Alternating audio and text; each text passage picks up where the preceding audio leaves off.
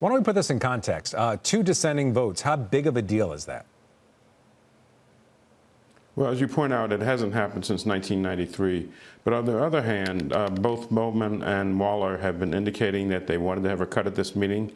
And most importantly, if you go back to June, we already saw some schisms, some splits start to show up. So I would say it's just playing out as has been signaled before. I wouldn't overstate it because I think the vast majority of the committee is pretty well aligned, but it's something worth noting, obviously.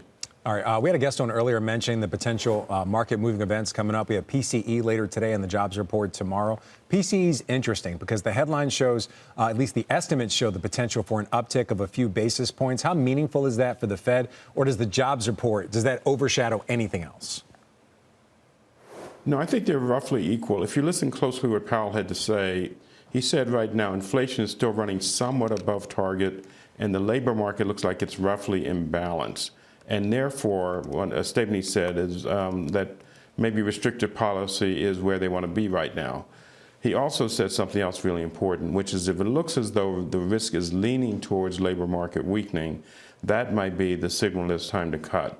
So I think they're going to have an eye on both of those reports, trying to figure out if inflation still is running above target and is there a signal that the labor market might be weakening. Inflation above target, stand pat, slightly restrictive. Labor market clearly weakening, signal to move. So I think both of those reports over this time and the next will play out as an important set of indicators. All right. Do you have expectations for how PCE and the jobs report play out? And also, in your view, is September even still on the table? I don't really think September's on the table unless the data are really surprising in one direction or the other. I definitely heard a wait and see. I heard a chairman who's ready to move if data indicated, but not urgent. And he was very clear that they hadn't made September decisions. I actually think that we're going to see a stand pat for a period of time for the reason that Chair Powell pointed out, which is though it's maybe moderated and not as bad as we thought, there are some inflationary pressures underway here from the tariffs and also the labor market, though it looks as though it's in balance. There's a shrinking of the labor force, and if we don't see demand for labor slowing, that could be a problem.